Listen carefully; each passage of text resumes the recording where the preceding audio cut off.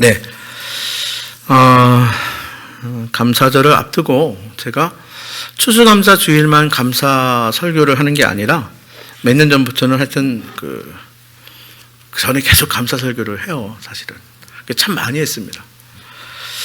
올해는 저희가 이제 맥주 감사 주일을 개척한 후에 우리 지난 해부터 이렇게 지내게 돼서 우리가 감사절 하면 특히 우리가 두 번의 감사절을 보냅니다. 그래서 상반기 감사절은 우리가 맥주 감사절, 또 한 해의 감사는 우리가 추수 감사절. 하반기의 감사라기보다는 한 해의 감사.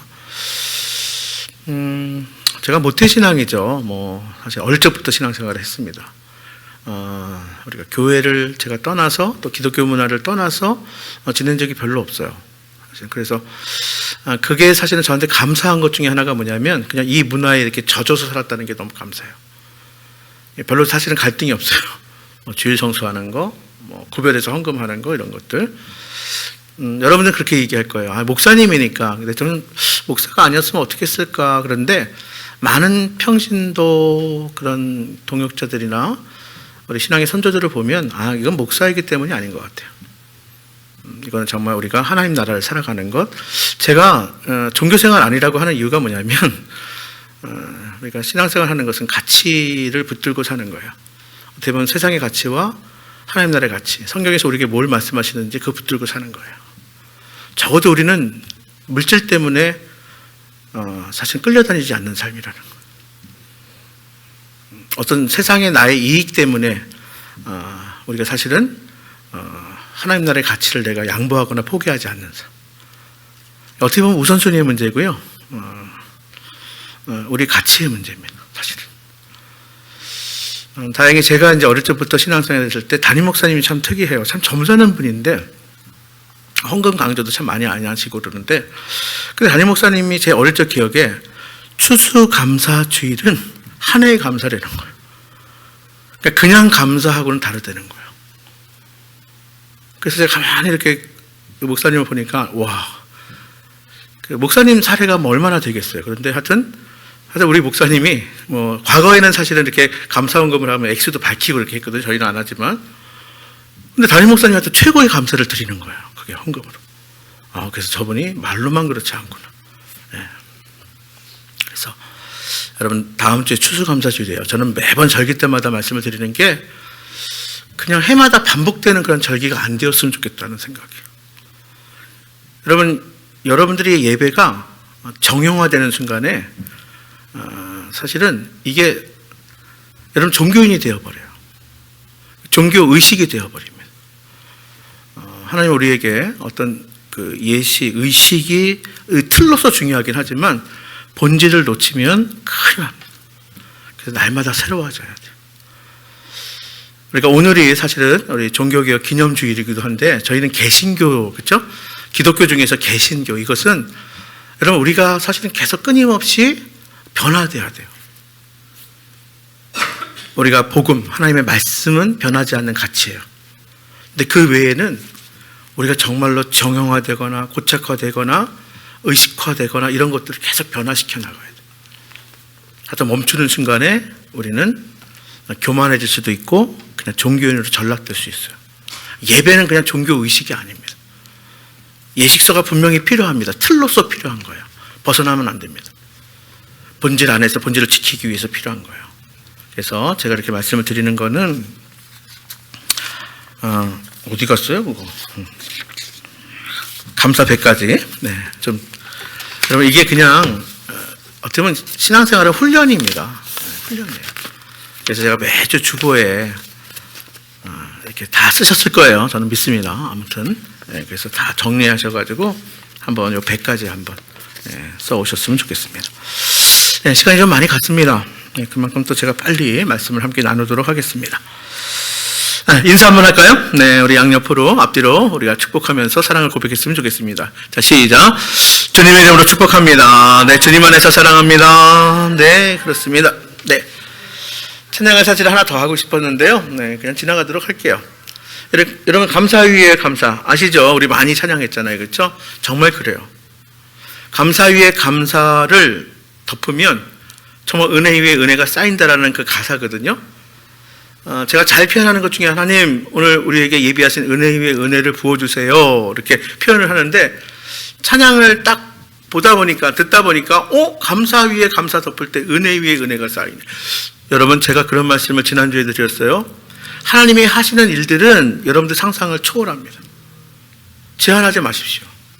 하나님 지금 나에게 이 정도 해주셨어? 내가 그동안에 간증이나 뭐 본 거 해서 하나님 정말 이 정도? 그걸 뛰어넘는 분이 하나님이세요. 그러니까 제가 감사로 설교를 쭉 할 때도 뭐냐면 감사가 마치 대나무의 매듭처럼 대나무의 매듭이 져져야 더 올라가거든요. 아주 놀랍게 자랍니다. 저는 감사가 이런 매듭과 같은 역할이에요. 감사로 매듭을 져야 여러분들의 신앙이 더 치고 올라갈 수 있어요. 찬양의 가사처럼 감사 위에 감사를 덮을 때 은혜 위에 은혜가 쌓여요. 그러니까 여러분들 스스로 하나님이 하시는 나에게 하신 또 기대하는 그 하나님의 역사를 제한하지 마시고 하나님의 은혜를 또 하나님의 기적의 역사를 우리가 경험하기 위해서 정말 중요한 게 뭐냐면 감사로, 그렇죠? 매듭 짓고 감사로 고백하고 그래서 받은 은혜를 여러분들 누리시고 또 증거할 수 있게 되기를 바랍니다. 여러분 고난 중에서의 감사는 고난을 유익으로 바꾼다. 아멘? 알고 계시고 믿고 계시죠? 저는 좀 착각한 게 좀 있었어요. 고난은 유익이다. 저는 모든 사람이 다 그런 줄 알았어요. 근데 그렇지 않더라고요. 고난이 그냥 고난으로 끝나요. 아니 고난 때문에 더 힘들어져. 고난은 분명히 유익이에요. 근데 모든 사람에게 고난이 유익이 아니더라 이거예요. 고난이 유익이 되려면 여러분 감사할 때 고난이 유익이 될 수 있습니다. 형통 가운데 감사는요, 이 형통을 진짜 형통으로 바꿀 수 있어요. 내가 잘 나간다, 내가 형통하다, 참 좋은 일이에요. 근데 감사하지 않으면요, 그건 당연한 게 돼요. 그냥 우연의 어느 한 사건밖에 되지 않아요. 근데 형통한 가운데 감사해야 그게 진짜, 그렇죠? 진정한 형통이 될 수 있는 거예요. 그게 진짜 복이 될 수 있는 거예요. 그래서 항상 감사하셔야 돼요. 여러분 정말 감사하는 사람이 정말 은혜 위에 은혜가 쌓인다는 건 뭐냐면 풍요로워진다는 거예요. 우리 교회 이름처럼 정말 행복한 삶으로 살 수 있게 된다는 거예요. 여러분 어린 시절의 감사의 습관은 행복한 삶의 보장이 됩니다. 그러니까 우리 자녀들에게 누굴 만나든지 감사해라. 어떤 감사할 일 때문이 아니라 누굴 만나든지 감사하고 어떤 일을 당하든지 감사하고 여러분 우리 자녀들에게 수시로 하나님께 감사로 고백하며 헌금 생활도 마찬가지예요. 우리 자녀들에게 감사로 고백할 수 있는 신앙의 삶을 가르쳐야 돼요. 그래야 뭐예요? 여러분 우리에게 형통한 삶, 풍성한 삶, 행복한 삶이 보장될 수 있다는 거예요. 제가 가만히 보면 이제는 우리가 하나 아니면 둘 아니에요. 자녀들 위해서 얼마나 했습니까? 근데 정작 중요한 것을 힘쓰고 애써야 돼요. 여러분 노년의 감사는 성공한 삶의 증거가 됩니다. 이제 여러분 100세 시대래요. 그 긴 시간 동안 어떤 사람들은 막 이렇게 하고 어떤 사람들은 저는 참 놀라운 게 뭐냐면 나이 들어가는 게 나는 너무 행복하다 하시는 분들이 있어. 저는 그게 이해가 가요. 나이가 들어가는데 젊게 보인다? 물론 복이기도 하겠지만 저는 나이에 걸맞게 사는 게 참 좋겠다 생각이 들어요. 근데 내가 나이 들어감이 나에게 정말 행복입니다.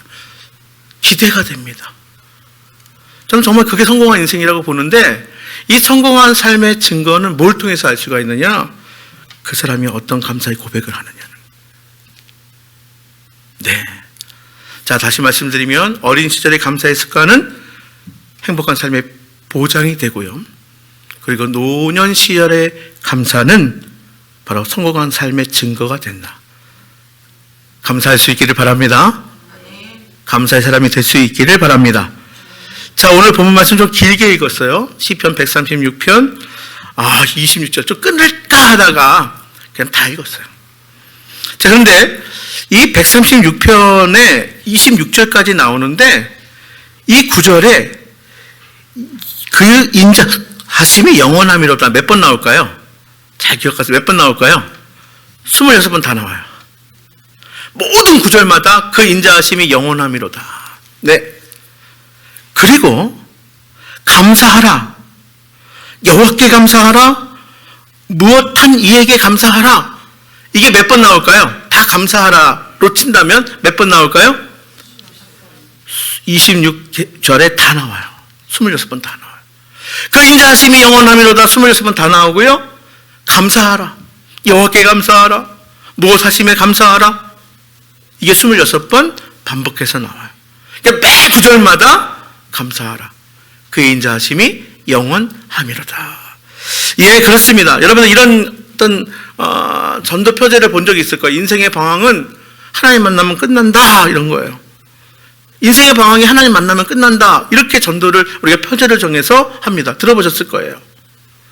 예, 인생의 방황은 하나님 만나면 끝난다. 이게 뭐냐면 하나님을 제대로 알면 여러분 인생이 정말로 풍요로워진다, 행복해진다. 하나님을 제대로 알고 하나님을 제대로 만나야 된다는 거예요. 자, 우리가 매일 아침마다 말씀을 묵상할 때 여러분 제일 먼저 중요한 건 뭐냐면 하나님이 어떤 분이신지. 자, 그걸 아는 거예요, 사실은. 설교 시간을 통해서도 제가 여러분들에게 말씀을 전할 때 뭐냐면 하나님이 이런 분이십니다. 제가 만난 하나님, 제가 깨달은 하나님, 제가 확신한 하나님을 제가 나누는 거예요. 증거하는 거예요. 그래서 하나님을 제대로 알아야 돼요. 하나님을 제대로 깨달아야 되고 하나님을 제대로 만나야 돼요. 그러면 내 인생의 모든 것이 바뀔 수 있다. 여러분 제가 분명히 말씀드립니다. 모든 부분이 다 바뀔 수 있어요. 어떻게 하면? 하나님을 제대로 만나면, 제대로 알고 제대로 깨닫고 제대로 만나게 되면 모든 부분이 바뀌어요. 그래서 인생의 방황이 하나님 만나면 끝난다. 여기에 다 담겨 있는 거예요, 사실. 여러분 동시에 하나님을 제대로 알면 우리의 태도가 바뀝니다. 네. 자, 하나님 우리의 뭐를 보신다고요? 외모 말고 뭘 보신다고요? 중심. 이게 태도예요. 내가 하나님께 드리는 찬양, 하나님 중심 보세요. 내가 어떤 태도로, 내가 하나님께 드리는 헌금, 내가 어떤 태도로 내가 하나님께 드리는가 하는 거예요. 우리가 흔히 그렇게 얘기해요, 여러분들. 어느 교회는 아예 그래도 사람들 외모로 판단하지. 여러분 제대로 몰라서 그래요. 몰라요. 하여튼 사람은 그럴 수 있을지 모르겠어. 근데 하나님은 그렇지 않아요. 하나님 태도를 보세요. 중심을 보시는 분이세요. 하나님 앞에 속일 수 없어요. 절대로 속일 수 없어요. 어떨 때 보면 초대교회에 뭐냐면 아는 세상에 하나님께 드린다고 헌금을 드렸는데 참 제가 볼 때는 적지 않은 헌금을 드렸을 것 같아. 근데 드린 사람이 죽었어요. 거짓으로 드려서 죽었어요. 왜 그랬을까? 저는 참 왜 하나님 그렇게까지 했을까 하니까 보니까 저는 하나님 뜻을 다 알 수는 없지만 아마 교회가 처음 세워질 때 하나님께서는 정말 거룩함을 원했던 것 같아요. 처음 교회가 세워질 때 하나님께서 예수를 주로 고백하는 사람들의 모임인 교회 공동체가 하나님의 나라가 이러한 공동체야. 이러한 모습이야. 아마 그때 기준으로 하나님께서 지금 즉각 하나님께서 만약에 판단하시고 처벌하시면 저도 겁나요. 사실은요. 그렇잖아요. 어쨌거나 여러분 그래서 우리가 하나님이 우리에게 보시는 중심, 우리의 태도. 근데 이 태도가 언제 바뀌느냐 하면 하나님을 제대로 알면 이 태도가 바뀌어요. 그러니까 신앙생활은 우리가 구원받은 것도 내 편에서 노력이나 나의 무엇 때문에 구원받은 거 아니라 그랬어요. 그래서 은혜라 그랬습니다. 기독교는 은혜의 종교라 그랬어요. 근데 우리의 태도가 바뀌는 것도 물론 우리가 선택하고 결단해야 되는 부분이 우리에게 있어요. 없는 건 아니에요. 그런데요, 이게 노력해도 안 되는 게 있는데 이게 왜 그러냐면 하나님을 제대로 몰라서 그래요. 하나님을 제대로 알고 하나님을 제대로 깨닫고 하나님을 제대로 만나면 태도가 바뀌게 될 수밖에 없어요. 그러니까 내가 태도가 안 바뀌었다. 이건 아직 조금 모자란 거예요. 나의 가치가 아직 다 안 바뀌었다. 내가 아직 부족한 거예요. 그래서 하나님 앞에 엎드려야 돼요. 구해야 돼요. 여러분 하나님을 제대로 알면 반응이 바뀌게 되어 있어요. 태도가 바뀌고 반응이 바뀌면 결국은 뭐가 바뀌냐면 운명이 바뀝니다. 여러분, 하나님을 제대로 알면 그래서 모든 것 그리고 인생이 바뀌게 됨을 여러분들 확신할 수 있기를, 믿을 수 있게 되기를 바랍니다. 여러분, 하나님으로 제대로 알고 그리고 하나님을 제대로 우리가 고백한다면 당연한 고백, 자연스러운 반응이 있는데 그 대표적인 게 뭐냐면 감사예요. 아시겠죠? 하나님을 제대로 알고 태도가 바뀐 대표적인 반응과 그런 모습이 바로 감사라는 거예요. 감사. 살아계신 하나님을 만난 후에 나타나는 지극히 당연한 자연스러운 반응이 바로 감사다 하는 거예요. 여러분, 그래서 오늘 우리가 읽은 가지고 오세요. 네. 감사합니다.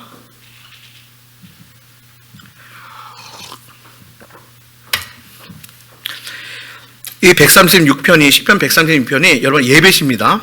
찬양시입니다. 자, 찬양시인데 하나님과의 우리의 관계를 연결해 주는 게 뭐냐면 이 예배예요, 사실은. 구약의 제사는 이스라엘 백성들과 하나님의 백성들과 하나님과 연결시켜주는 그게 제사의 역할이었어요. 역시 마찬가지로 우리에게 예배는 하나님은 어디나 계셔요.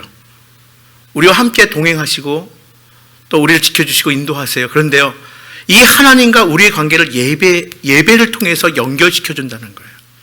그래서 우리가 이런 얘기 들었죠. 모여서 드리는 예배, 흩어져서 드리는 예배. 그러니까 우리가 모여서 예배 잘 드려야 되고요. 모여서 예배를 잘 들어야 우리의 삶의 예배가 가능한 거예요. 그러니까 어떤 사람들은 뭐냐면, 야, 꼭 굳이 교회 가서 예배 드려야 되냐? 아니, 우리가 흩어져서 삶의 예배를 드려야 되는데, 저는요, 그렇게 얘기하는 거예요. 사실은 뭘 몰라도 제대로 몰라서 그래요. 우리가 하나님과의 만나는 시간, 그렇죠? 하나님과의 관계 속에서 이 예배를 통해서 하나님께 나아가는데 여기에 성공해야 우리의 삶의 예배로 나갈 수 있게 되는 거예요. 여러분, 예배의 기본 요소 중에 가장 중요한 게 뭐냐? 예배는 드림이라고 그랬어요. 제일 많이 드릴 수 있는 게 뭐예요? 지금 우리가 예배 드릴 때 제일 많이 뭐 드려요? 행복한 제자교회 와서 예배 드리니까 뭐가 많다? 찬양. 저는 저 지금 주머니에 얼마 있지? 없어. 얼마나 드리겠어요? 그런데 찬양은 마음껏 드릴 수 있잖아요. 예배는 드림이에요. 찬양이 그래서 그만큼 중요한 거예요. 자, 그러니까 여러분들, 예배의 기본 요소 중 찬양, 이 찬양은 가만히 보니까 이 찬양이 감사의 또 다른 형태더라고요. 그러니까 예배시를 가만히 보면 감사시예요. 그러니까 우리가 찬양으로 하나님께 예배 드린다, 감사로 하나님께 예배 드리는 거예요. 그러니까 예배는 감사 예배가 되어야 돼요. 그래서 우리가 추수 감사, 주일 예배, 성탄 감사 예배, 부활절 감사 예배만 감사 예배가 아니라 모든 주일 감사 예배가 되어야 합니다. 여러분, 감사가 없는 예배는 한마디로 얘기하면 아까 말씀드린 것처럼 종교의식이에요. 감사가 쏙 빠지면 정말 생명력 없는 그 의식에 불과한 거예요. 그래서 우리가 우상을 섬기거나 이렇게 사람들이 만든 종교하면 뭐가 이렇게 요란뻑적한 이유가 있어요. 왜냐하면 생명력이 없어서 그래요. 응? 하여튼 뭘 그래서 만들어야 돼, 자꾸. 뭐 있는 것처럼 자꾸 만들려고 하는 거예요. 근데 우리의 예배도 여러분, 감사가 쏙 빠진 상태에서 생명력이 없으면 자꾸 그렇게 하고 싶어 해요, 사실은. 응? 그러니까 뭔가 사실은 우리가 감사가 빠진 상태로 생명력이 없는 예배를 드리다 보면 그걸로는 뭔가 부족해 보이거든요. 그러니까 자꾸 뭐를 덧붙이는 거예요, 자꾸 뭔가를. 응?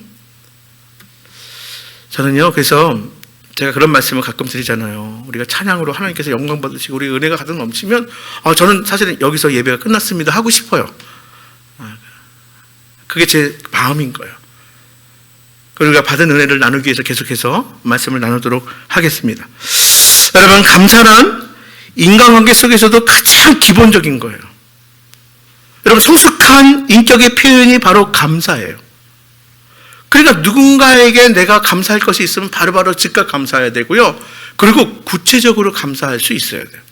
그러니까 우리가 그런 감사가 되어야 돼요. 그러니까 인간관계의 가장 기본적인, 그렇죠? 성숙된 인격의 표현이 감사라는 거예요. 그래서 서구 문화는 왜 그렇게 감사를 남발하는지 아십니까? 왜 그런지 아세요? 기독교 문화 때문에 그런 거예요.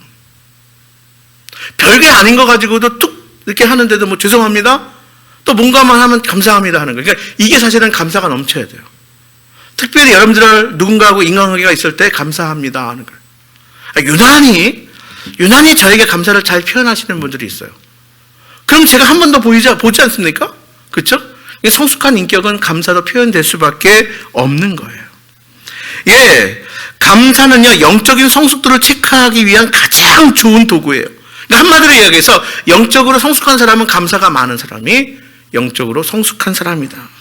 여러분, 구약 성경의 이스라엘 백성들을 보면요, 감사보다 뭐가 많았어요? 불평, 원망이 많았어요. 당연하게 저는요, 구약의 이스라엘 백성들을 보면 원망하면 안 돼요. 불평하면 안 돼요. 근데요, 구약의 이스라엘 백성들이 불평과 원망이 훨씬 더 많았어요. 감사보다도. 왜 그럴까요? 인간의 죄성 때문에요. 그걸 보면 천상 인간은 죄인이에요. 우리 지난주에 말씀 함께 나눴었죠. 신약성경 복음서에 보면 예수님께서 10명의 나병 환자를 고쳐주셨어요. 그런데 지난주 기억하실 거예요. 그런데요, 이 당시 나병은요, 그냥 천형이에요, 천형. 그래서 예수님께서 제사장에 가서 내 몸을 보이라 이렇게 말씀하셨는데 가다가 몸이 났거든요. 근데 10명 중에서 몇 명만 돌아왔다고요? 한 명만 돌아왔다고요, 한 명. 나머지 9은 어디 갔어요? 안 나와요. 왜 그럴까요? 인간의 죄성 때문에. 나병이 고침을 받았는데 9이 그냥 그 기쁨 때문에, 그 감격 때문에 돌아가 버려요. 근데 한 명만 예수님 발 앞에서 소리 높여 하나님께 영광을 돌리라 그랬어요. 소리 높여 감사했다고 그랬어요. 넘치는 감사. 예수님께서 분명히 말씀하세요. 9은 어디 있느냐 물으세요. 또 하필이면 예수님 9은 어디 있느냐. 예수님은 은혜도 베푸시지만 바로 인간의 그런 죄성을 물으시는 거예요. 지적하시는 거예요. 사도 바울은 그의 서신서 중에서 로마서 1장 21절 말씀에 타락한 문화의 특징을 감사하지 않는 것, 이렇게. 타락한 문화 뭐냐? 감사하지 않는 거다. 제가 읽어드릴게요. 하나님을 알되 하나님을 영원롭게도 아니하며 감사하지도 아니하고 오히려 그 생각이 허망하여지고 미련한 마음이 어두워졌나니, 이렇게. 디모데후서 3장 1절 2절 말씀에도 말세의 징조를 말씀하시는데 사도 바울을 통해서 뭐냐면 말세의 징조는 다른 게 아니에요. 감사하지 아니하는 게 말세의 징조다. 읽어드릴게요. 너는 이것을 알라. 말세의 고통한 때가 이르러 사람들은 자기를 사랑하며 돈을 사랑하며 자랑하며 교만하며 비방하며 부모를 거역하며 감사하지 아니하며. 그래요. 이게 말세의 징조. 감사하지 않는 거. 어느 날 청소년들에게 물어봤어요. 몇 년 전부터. 너 꿈이 뭐니? 돈 많이 버는 거예요. 아니, 기독교 신앙을 가진 부모님들도 우리 자녀가 돈 많이 벌었으면 좋겠대. 돈 사랑하는 거거든요. 이게 뭐라고요? 이게 뭐라고요? 말세의 징조라고요. 가까웠어요. 정말 가까웠어요. 그렇습니다. 감사하지 않는 것은 죄성 때문이고 또한 죄악 때문이에요. 여러분, 다른 사람에 대한 감사의 마음이 있습니까? 형편과 환경에 대해서 감사하고 있습니까? 특히 하나님에 대해서 어떤 마음을 가지고 계십니까? 사도 바울은 분명히 데살로니가전서 5장 18절에 뭐라고 말씀하시냐면 범사에 감사하라. 감사하라. 뭐예요? 명령형이에요. 해도 되고 안 해도 되고가 아니라 감사하라. 범사에 감사하라. 여러분, 믿는 사람들에게는, 하나님의 백성, 하나님의 자녀들에게는 더 이상 감사는 선택의 문제가 아니라는 거예요. 명령이에요. 감사하라. 전적인 순종이에요. 절대 순종을 요구하는 것이 감사예요. 그럼 좀 더 구체적으로, 실제적으로 우리가 감사하지 못하는 이유가 과연 뭘까? 여러분, 3가지 간단하게 말씀드릴게요. 왜 감사하지 못하느냐? 첫 번째는 감사하지 않는 이유는 당연히 여기는 태도예요. 감사는요, 영적인 둔감함을 영적인 감수성으로 지속적으로 바꾸어주는 훈련과 같아요. 자, 우리가 믿음으로 은혜로 구원받았어요. 소속이 분명히 변했어요. 구원에 대한 심판은 우리하고 해당 사항이 없어요. 그런데 그러면 끝이냐? 아니에요. 이 땅을 살아가는 동안에 우리는 신앙생활을 해요. 이거는 훈련이에요.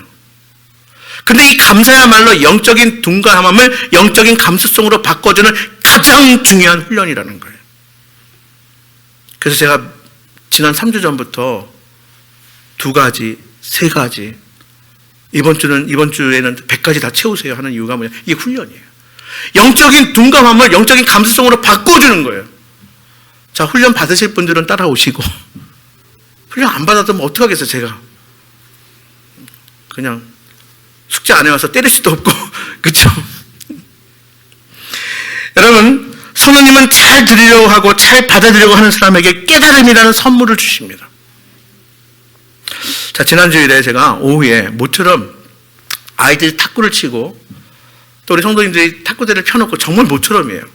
제가 몇 주 전에 꺼내놨거든요.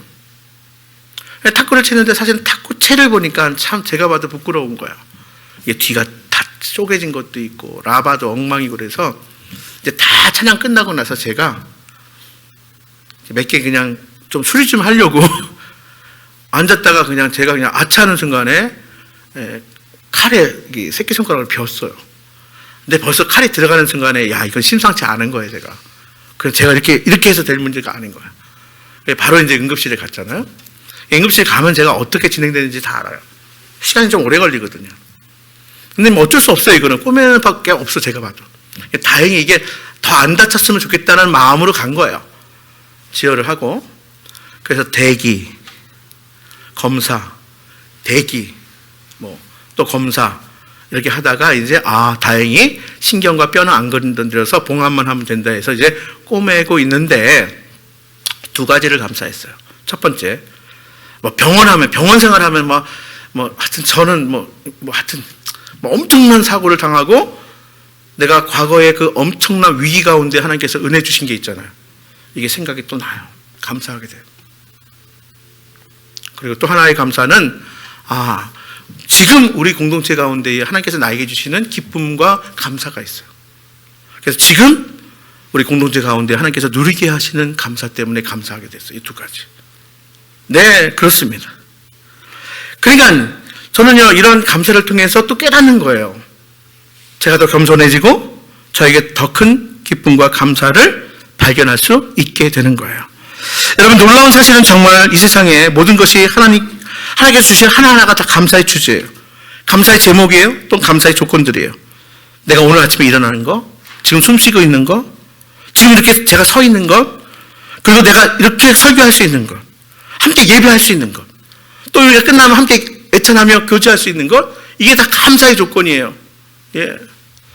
저희 후배가 인도에서 한인교회, 선교사로 한인교회를, 제 몇 년 후배예요. 많이도 안 나요. 2살, 3살 차이 나나?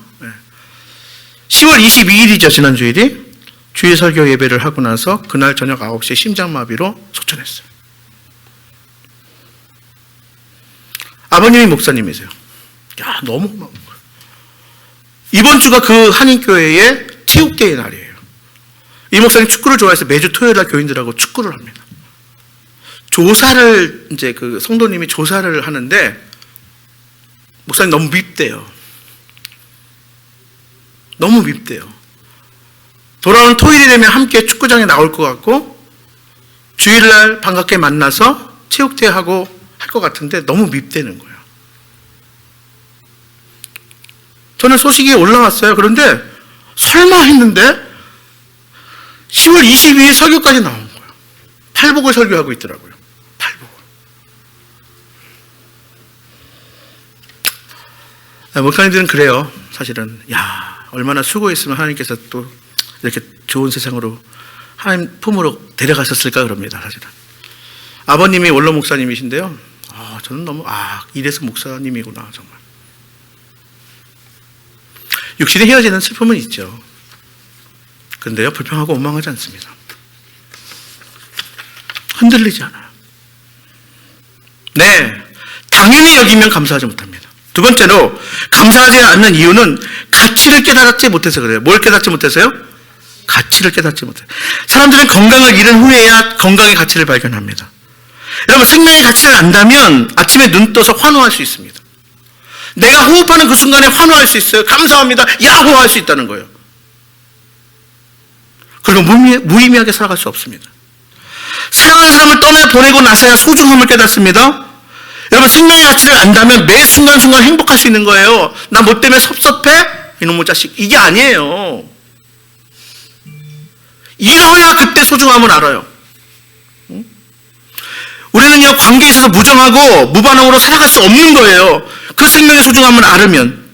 그래서 모차르트가 이런 얘기를 했어요. 진정한 행복을 열어주는 열쇠는 죽음이다, 이렇게 얘기했어요. 행복을 열어주는 열쇠가 죽음이래요. 여러분, 우리는요, 내가 죽음 앞에 미리 상상으로 갈 수 있잖아요. 죽음을 향해서 나가기도 하지만 내가 나의 죽음에서 내 삶을 돌아볼 수 있어요. 생명의 가치를 깨달을 수 있다고요. 그러면 감사할 수 있어요. 우리 예수님께서는 한 사람이 천하보다 귀하다고 말씀하셨어요. 그래서 주님이 십자가에서 당신의 생명을 내어주시기까지, 죽기까지 우리를 사랑하신 거예요. 왜? 한 생명이 천하보다 귀하기 때문에. 내 생명의 가치와 또 다른 사람의 생명의 가치를 깨달으면 우리가 감사할 수밖에 없는 거예요. 자, 세 번째로 감사하지 않는 이유는, 자, 마지막입니다. 시간이 좀 가서 망각증이에요. 뭐라고요?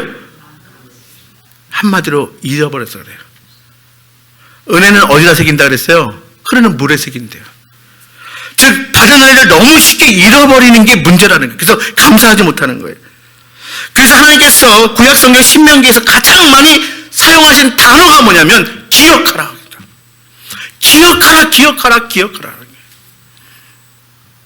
지금 우리는 무언가 더 소유해서 감사하는 것이 아니에요.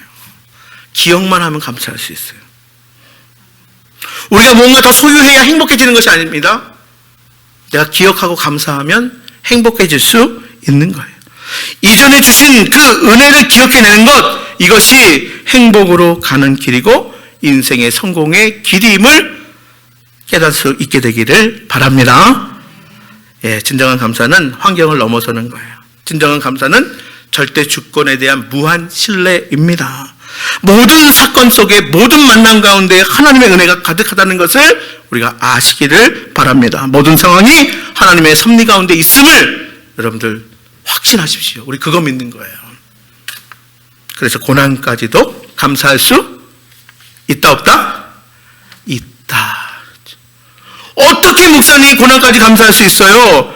그래서 고난을 감사할 수 있는 거예요. 고난이 내게 유익이 될 수 있는 거예요.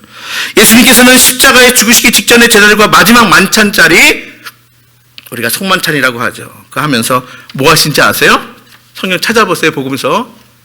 마지막 십자가에서 죽기 직전의 제자들과 마지막 식사를 나누실 때 예수님께서는 감사 기도를 드리셨어요. 누가복음 20장 19절 말씀, 또 떡을 가져 감사 기도하시고 떼어. 같은 내용의 마태복음 26장 27절에 보면 또 잔을 가지고 감사 기도하시고, 예수님은 자신의 살과 피를 나눠주는 그 고통을 감사로 받아들이신 거예요. 여러분, 사도 바울이 찌르는 가시의 그 고통 때문에 기도했어요. 이 가시를 빼달라고요. 간절히 기도했을 때 하나님께서 뭐라고 말씀하세요? 내 은혜가 내게 족하다, 이렇게 응답하셨어요.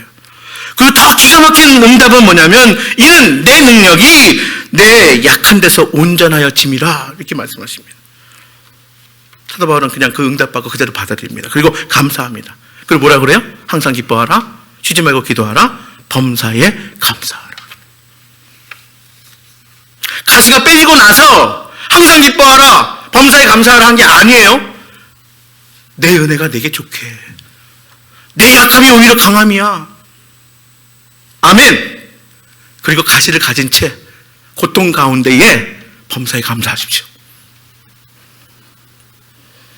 여기에 범사는 뭐까지 포함한다고요? 고통까지 포함하는 거예요. 여기에 범사는 뭐까지요? 고난까지도 포함하는 거예요. 고통도 감사하라, 고난도 감사하라. 여러분, 그러므로 감사는 상황의 문제가 아닙니다. 감사는 환경의 문제가 아닙니다. 감사는 태도의 문제예요. 염려할 수밖에 없는 상황인데도 사도 바울은 우리에게 감사의 기도를 드리라고 하는 거예요. 감사는 믿음의 적극적인 행위이다. 여러분, 현재를 감사로 받아들일 수 있게 되기를 바랍니다. 그런데 목사님, 그래도 힘들어요. 어떻게 이럴 수 있어요? 여러분, 어떻게 이렇게 할 수 있을까요? 왜 그럴까요? 한마디 말씀드릴게요. 하나님 살아계시기 때문입니다. 하나님 죽은 우상이 아니에요.